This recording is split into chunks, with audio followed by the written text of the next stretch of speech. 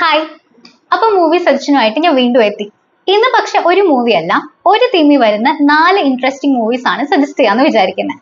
Serial killer category വരുന്ന മൂവീസിന് അത്യാവശ്യം നല്ല ഫോളോവേഴ്സ് ആണല്ലോ. സോ അതാണ് നമ്മൾ ഇന്ന് സെലക്ട് ചെയ്തിരിക്കുന്ന തീം. ഈ ഒരു സെയിം തീം ബേസ് ചെയ്താണേലും 4 എൻറ്റയർലി ഡിഫറെന്റ് മേക്കിംഗിൽ വന്നിട്ടുള്ള ഡൈവേഴ്സ് ആയിട്ടുള്ള 4 മൂവീസ് ആണ്. നിങ്ങൾ ചാനൽ ഒന്ന് സബ്സ്ക്രൈബ് ചെയ്തിട്ടുണ്ടോ എന്ന് ചെക്ക് ചെയ്യുമ്പോഴേക്ക് നമുക്ക് വേഗം തന്നെ മൂവിയിലേക്ക് പോവാം.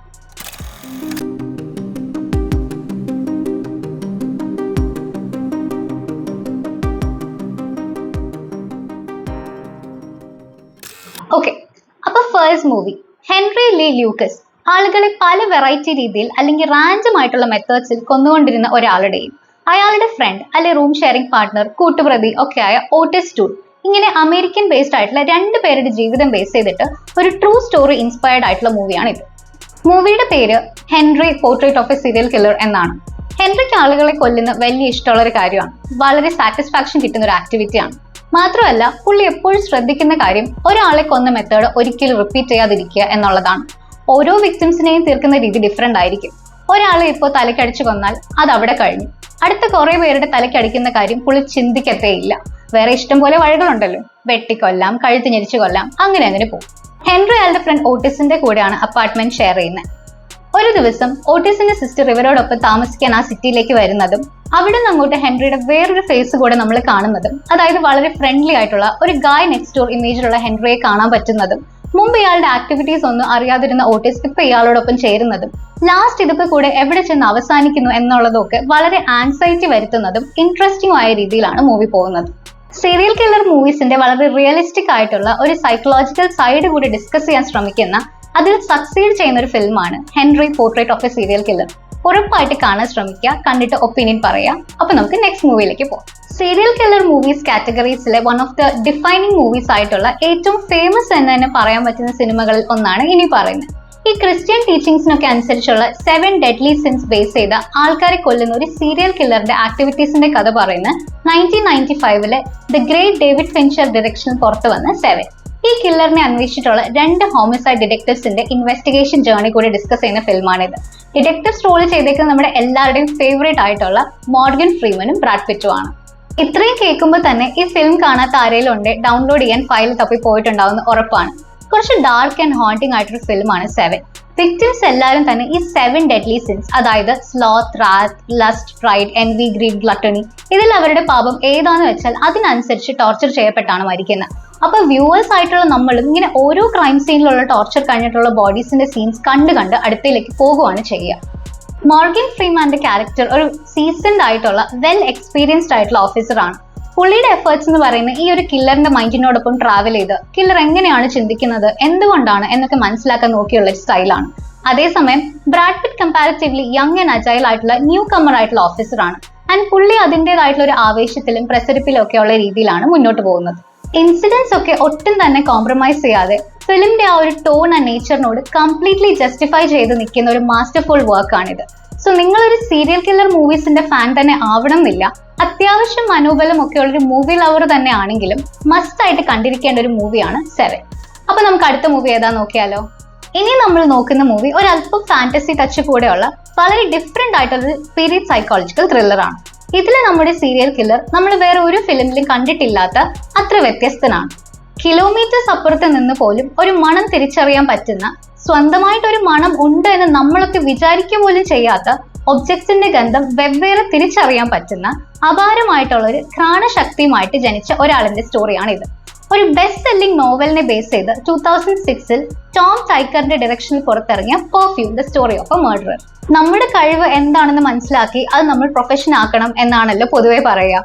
ഇതിൽ നമ്മുടെ കില്ലർ, അതായത് ജോൺ ബാപ്റ്റിസ്റ്റ് റിനൗവി, പുള്ളിയുടെ ഈ ജന്മനാ കിട്ടിയ സിദ്ധി സ്വന്തം പാഷനും പ്രൊഫഷനും ഒക്കെ ആക്കിയെടുത്ത് അതിനെ വേറൊരു ലെവലിലേക്ക് കൊണ്ടുപോകുന്നുണ്ട്. പ്രൊഫഷൻ എന്ന് പറയുമ്പോൾ ഒരു അപാര പെർഫ്യൂം മേക്കറാണ് ഇദ്ദേഹം. പക്ഷെ പാഷൻ കുറച്ച് കൂടി പോയിട്ട് ആളുകളുടെ ഗന്ധം പ്രിസർവ് ചെയ്യാനുള്ള ഒരു വഴി അന്വേഷിച്ച് ഇറങ്ങിത്തിരിക്കുകയും അത് വെച്ചിട്ട് ലോകത്തിലെ ഏറ്റവും നല്ല പെർഫ്യൂം ഉണ്ടാക്കാൻ നോക്കുന്നതും അതിനായിട്ട് സുന്ദരികളായ യുവതികളെ തിരഞ്ഞെടുക്കുന്നതും ആണ് റഫായിട്ട് പറഞ്ഞ ഫിലിമിന്റെ പ്ലോട്ട്. ആദ്യം പറഞ്ഞ പോലെ കുറച്ച് ഫാന്റസി ടച്ച് കൂടെ കൊടുത്താണ് ഈ മൂവിയുടെ മേക്കിംഗ്. അപ്പൊ ആ ഒരു മൈൻഡ് സെറ്റിൽ തന്നെ കാണാൻ ശ്രമിക്കുക. ആൻഡ് പീരീഡ് സിനിമ എന്ന് പറയുമ്പോൾ 18th സെഞ്ച്വറി ഫ്രാൻസിലാണ് സ്റ്റോറി നടക്കുന്നത്. അതിനനുസരിച്ചുള്ള ഗംഭീരമായിട്ടുള്ള സെറ്റ് വർക്ക്സും ആർട്ട് ആൻഡ് കോസ്റ്റ്യൂംസും ഒക്കെയാണ്. ലീഡ് ആയിട്ടുള്ള ബെൻ വിഷോ എന്ന ആക്ടറുടെ ഒരു വേൾഡ് ക്ലാസ് പെർഫോമൻസ് ആണ് ഇതിലുള്ളത്. ആൻഡ് നമുക്ക് പടത്തിലെ ആക്ടറെ അല്ല, ജോൺ ബാപ്റ്റിസ്റ്റ് വിനോവി എന്ന ക്യാരക്ടറിനെ മാത്രമാണ് കാണാൻ കഴിയുക. അത്ര പെർഫെക്റ്റ് ഒരു പോർട്രയൽ ആണ് പുള്ളി നടത്തിയേക്കുന്നത്. ആൻഡ് കാസ്റ്റ് നമുക്ക് എല്ലാം അറിയാവുന്ന, ഇഷ്ടപ്പെടുന്ന ഒരാൾ കൂടെ ഉണ്ട്, പ്രൊഫസർ സ്നേപ്പ് ആയിട്ട് അഭിനയിച്ച് തകർത്തിട്ടുള്ള അലൻ റിക്മാൻ. ബുക്സിനെ മൂവി ആക്കിയിട്ടുള്ള ഒരുപാട് വർക്ക്സ് നമുക്കറിയാം. അങ്ങനെ എടുത്തിട്ടുള്ള വേൾഡ് മൂവീസിൽ വെച്ച് നോക്കിയാൽ ഏറ്റവും മികച്ച അഡാപ്റ്റേഷൻ വർക്ക്സിൽ ഒന്നെന്ന് വളരെ കോൺഫിഡൻസോടെ പറയാൻ പറ്റുന്ന മൂവിയാണ് പെർഫ്യൂം. പിന്നെ കുറച്ചധികം ഡിസ്റ്റർബിംഗ് സീൻസ് ഉണ്ടെന്നുള്ള കാര്യം കൂടെ എടുത്ത് പറയാനുണ്ട്. ബട്ട് നമ്മൾ കാണുന്ന ഒരു സീരിയൽ കില്ലർ മൂവി അല്ലേ, അപ്പൊ അത് എക്സ്പെക്ട് ചെയ്ത് തന്നെ കാണാൻ ശ്രമിക്കുക. കണ്ടിട്ടാണേലും മുമ്പ് കണ്ടിട്ടുണ്ടെങ്കിലും ഇഷ്ടമായോ എന്ന് പറയാം. നമുക്കിനി 4ാമത്തെ മൂവി കൂടെ നോക്കാം. ആദ്യം പറഞ്ഞ ഹെൻറി എന്ന സിനിമ പോലെ തന്നെ ഒരു ട്രൂ സ്റ്റോറി ബേസ്ഡ് ആയിട്ടുള്ള മൂവി തന്നെയാണ് ഇത്. ആൻഡ് രണ്ടാമത് പറഞ്ഞ 7 പോലെ ഇതൊരു ജോണർ ഡിഫൈനിങ് ഫിലിം കൂടെയാണ്. അതായത് ഒരു proper classic serial killer movie എന്ന് പറയുമ്പോൾ നമ്മുടെ മനസ്സിലേക്ക് ഏറ്റവും ആദ്യം എത്തുന്ന ആ ഒരു കാറ്റഗറിയെ കംപ്ലീറ്റ്ലി റെപ്രസെന്റ് ചെയ്ത ഫിലിംസിലെ ഒന്ന്. ഡേവിഡ് ഫിഞ്ചർ തന്നെ ഡയറക്ട് ചെയ്ത് 2007 ഇറങ്ങിയ മിസ്റ്ററി ത്രില്ലർ ആയിട്ടുള്ള സോഡിയാക്. ട്രൂ സ്റ്റോറി ബേസ്ഡ് ആണെന്ന് പറഞ്ഞല്ലോ. യുഎസിലെ സാൻ ഫ്രാൻസിസ്കോ ബേ ഏരിയയിൽ ഒരു late 1960s and early 1970s സമയത്ത് വിറപ്പിച്ചിരുന്ന ഒരു സീരിയൽ കില്ലർ. ആൻഡ് ഇയാൾ ആളുകളെ കൊല്ലുക മാത്രമല്ല, അതുമായിട്ട് ബന്ധപ്പെട്ടിട്ടുള്ള ക്ലൂസ്, ലെറ്റേഴ്സും സൈഫേഴ്സും പ്രസിന് മെയിൽ ചെയ്ത് കൊടുത്ത് പിന്നെ ബ്ലഡ് സ്റ്റെയിൻഡ് ക്ലോത്ത്സും ഒക്കെ പോലീസിന് ഇട്ട് കൊടുത്ത് അവരെ കളിയാക്കുകയും കൂടി ചെയ്തിരുന്നു. ഈ ഒരു കേസ് 3 ആളുകളെ ഒബ്സഷൻ ആവുകയും കിട്ടുന്ന ക്ലൂസിനെ ട്രാക്ക് ചെയ്ത് അവരുടെ കരിയറും ലൈഫ് തന്നെയും ഇതിനോട് ചുറ്റപ്പെട്ട് ബിൽഡ് ചെയ്യുകയും തകരുകയും ഒക്കെ ചെയ്യുന്ന ഒരു ആംഗിൾ കൂടെ ഉണ്ട് സിനിമയ്ക്ക്. US ഹിസ്റ്ററിയിൽ സോൾവ് ചെയ്യപ്പെടാതെ കിടക്കുന്ന ഏറ്റവും ഇൻഫേമസ് ക്രൈംസിൽ ഒന്നുകൂടെയാണ് ഇത്. ആസ് യൂഷ്വൽ ഫിഞ്ചറിന്റെ ആ ഒരു പെർഫെക്റ്റ് ഡയറക്ഷനും എക്സിക്യൂഷനും തന്നെയാണ് പടത്തിന്റെ ബാക്ക് ബോൺ എന്ന് പറയാം.